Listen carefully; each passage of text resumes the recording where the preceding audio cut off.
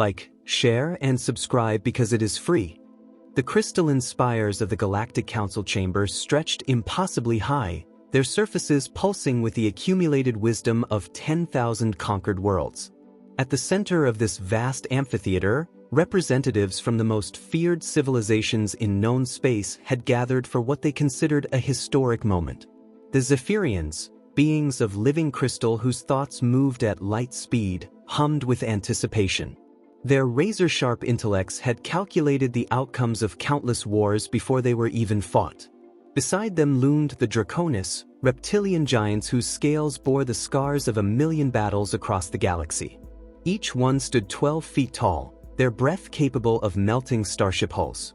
In the shadows drifted the voidlings, ethereal creatures who existed partially outside normal spacetime, their very presence causing reality to bend and warp around them. For 3 millennia, this council had maintained order through strength. They had brought civilization to savage worlds, unified chaotic systems under single rule, and eliminated the weak to strengthen the galaxy as a whole. Every species that had achieved spaceflight eventually faced the same choice: join the galactic hierarchy or be consumed by it. Most chose wisely. Those who didn't became cautionary tales scattered across dead worlds. Today's deliberation concerned humanity, a species that had managed to commit the gravest sin imaginable in the eyes of the Council. For 1,000 years, humans had maintained perfect peace. No wars ravaged their worlds. No armies marched across their colonies. No fleets contested their borders. They had turned their backs on the fundamental law of existence. Only through conflict could a species grow strong enough to survive among the stars. The Zephyrian Prime speaker's voice resonated through the chamber like breaking glass. Humanity had proven themselves unworthy of their achievements through this prolonged stagnation. They possessed faster-than-light travel, terraforming technology, and colonies spanning dozens of star systems, yet they refused to use these advantages to expand their influence through conquest. Instead, they wasted their potential on art, philosophy, and scientific research that served no military purpose.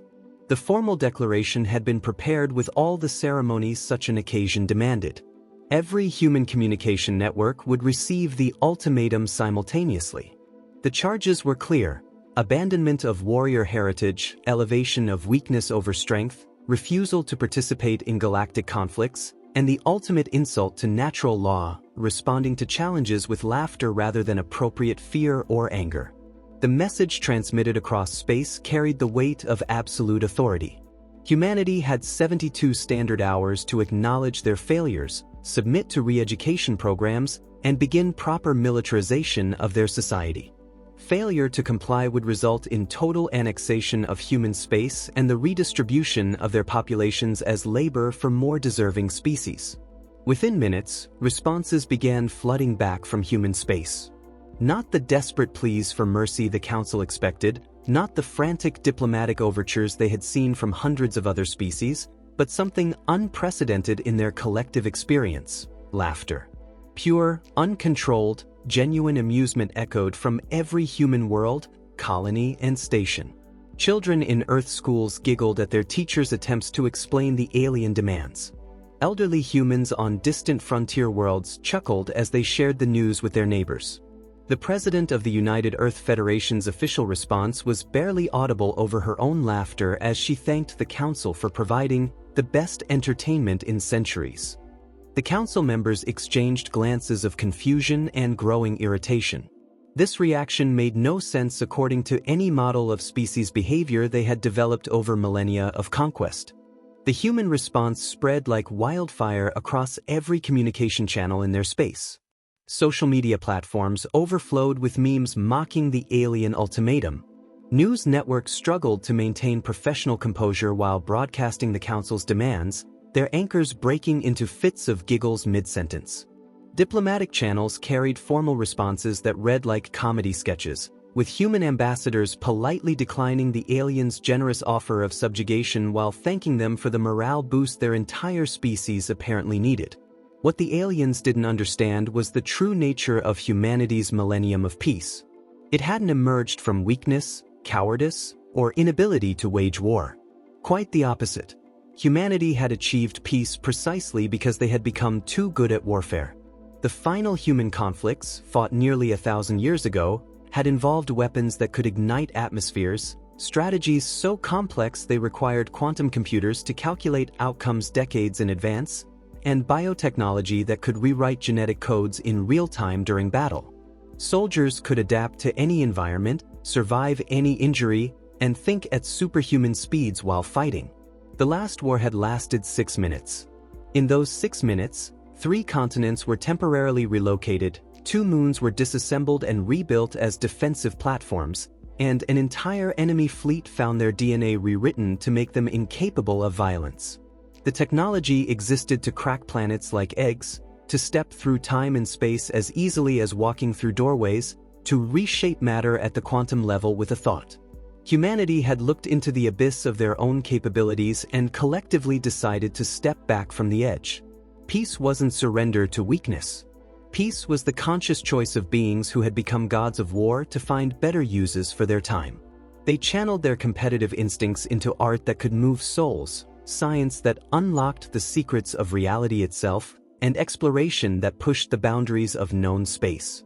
Every human child learned combat techniques that would make veteran alien warriors weep, but they also learned that true strength meant choosing when not to use such skills. Meanwhile, alien reconnaissance fleets dispatched to human space sent back reports that confirmed every prejudice the Council held. Earth's cities showed no defensive installations, no military production facilities, no standing armies. Former battlefields had been converted into parks where children played among monuments to forgotten conflicts. Museums displayed deactivated weapons behind glass cases, their docents explaining historical context to visitors who seemed more interested in the artistic craftsmanship than the destructive potential. The scouts observed humans going about their daily lives with an almost disturbing normalcy.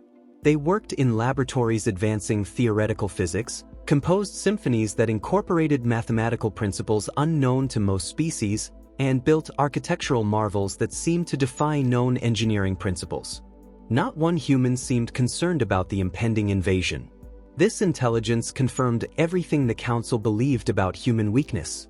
Here was a species so removed from reality that they couldn't recognize mortal danger when it broadcast ultimatums directly into their homes. The aliens began mobilizing their vast armadas with supreme confidence, expecting conquest to be a mere formality. The alien fleets arrived in human space with overwhelming force.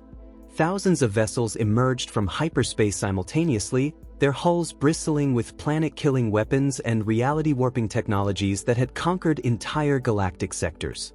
Draconis dreadnoughts stretched kilometers in length, their fusion cores burning like captive stars. Zephyrian crystalline ships hummed with computational power that could predict and counter any defensive strategy before it formed. Voidling craft existed partially outside normal space, making them nearly impossible to target with conventional weapons. They expected to find helpless humans cowering in their cities, begging for mercy that would never come. Instead, they encountered something unprecedented in their collective experience: organized, methodical preparation without a trace of panic or desperation. Humanity didn't scramble military forces because they had no traditional military to scramble. They simply adjusted. Across human space, museum curators calmly entered override codes that had remained unchanged for centuries. Research facilities powered up equipment that had been gathering dust in storage. Former soldiers and generals emerged from retirement with the casual air of master craftsmen returning to familiar tools after a long vacation. The transformation was eerily quiet and systematic. Those beautiful art installations orbiting Earth revealed their true nature as the outer shells retracted, exposing defensive satellites with weapon systems that made alien technology look primitive. The elegant crystalline cities on Mars began humming with energy as their architectural spires realigned, their artistic facades concealing railgun systems capable of accelerating projectiles to significant fractions of light speed. Research stations scattered throughout human space, ostensibly studying black holes and quantum mechanics, casually activated gravity manipulation technologies that made voidling space-time distortion appear crude by comparison. Most unsettling to the alien commanders was the human demeanor throughout this preparation. They were still laughing, but the quality had changed. No longer the incredulous amusement of beings faced with an absurd situation, but the knowing chuckles of master strategists watching novices make predictable opening moves. Human communication networks buzzed with betting pools on how long the invasion would last, with the over-unders set optimistically at 6 hours. The first alien assault targeted Earth's major population centers with weapons designed to vaporize continents. The planet's defensive grid activated with surgical precision, not desperately or frantically, but with the smooth efficiency of a master craftsman demonstrating a technique perfected over centuries. Energy beams that could crack moons were casually deflected by barriers that seemed to bend the laws of physics. Antimatter warheads simply vanished, their destructive potential absorbed and converted into power for Earth's cities. Human response came swiftly but with devastating restraint. Weapon systems that had remained dormant for a millennium engaged with precision that bordered on artistic. Alien fleets found their ships disabled rather than destroyed, their crews unharmed but their vessels completely powerless.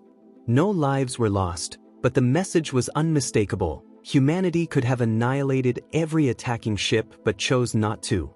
Within the first hour, 3 entire alien armadas drifted helplessly in space, their crews rescued by human vessels that appeared seemingly from nowhere.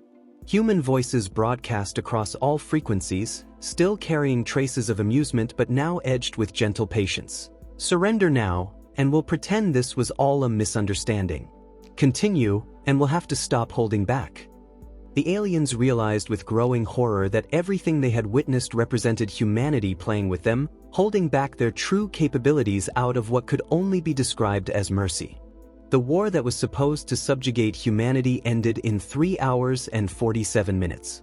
Human forces, their laughter now warm with genuine affection rather than amusement, systematically disabled every remaining alien vessel without causing a single casualty.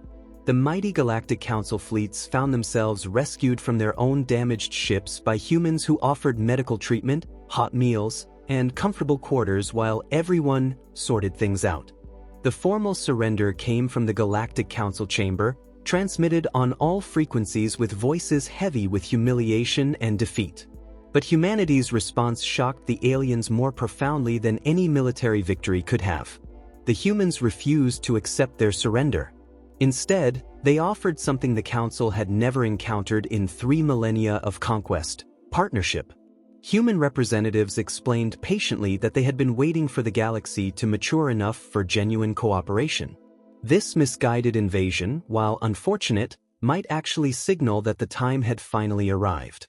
The aliens listened in stunned silence as humans outlined their vision of a galaxy united not through conquest but through mutual benefit and shared growth.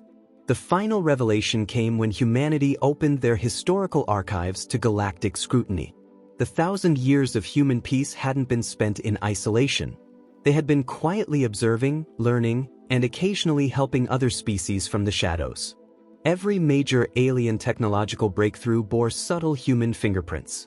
The Zephyrians' breakthrough in quantum computation had been nudged along by anonymous data packets containing crucial algorithms. The Draconis' discovery of fusion containment had been aided by mysterious benefactors who left prototype designs where they would be found. Even the Voidlings' mastery of space-time manipulation had been gently guided by helpful suggestions that appeared to come from their own research. Every time a species teetered on the brink of extinction, whether from war, plague, or natural disaster, aid had arrived from unknown sources. Food shipments with untraceable origins, medical supplies that appeared in desperate hospitals, defensive technologies that materialized just when extinction seemed certain. Humanity had been the galaxy's anonymous guardian angels for a millennium, watching over younger species like protective parents. The new galactic paradigm emerged organically from this revelation. The strongest species had a responsibility to nurture and protect the weaker ones, not through conquest but through guidance and support. Humanity assumed this role not by demanding it but by demonstrating it had always been theirs. Technologies flowed freely between species, conflicts were mediated by neutral parties who actually cared about resolution, and the galaxy began its transformation from battleground to community. Former war fleets became exploration vessels, pushing the boundaries of known space in cooperative ventures. The Galactic Council Chamber, once echoing with declarations of conquest, now rang with collaborative planning for projects that benefited everyone. Species that had been locked in eternal warfare for millennia found themselves working side by side on endeavors that seemed impossible alone. Years later, a human child born after the brief war asked her grandmother why the aliens had thought humans were weak. The elder's response captured everything humanity had learned from their journey to the stars. They confused peace with weakness, little one. They thought because we chose not to fight, we had forgotten how. But strength isn't about destroying everything you can. True strength is choosing to build, to protect, and to help others become their best selves.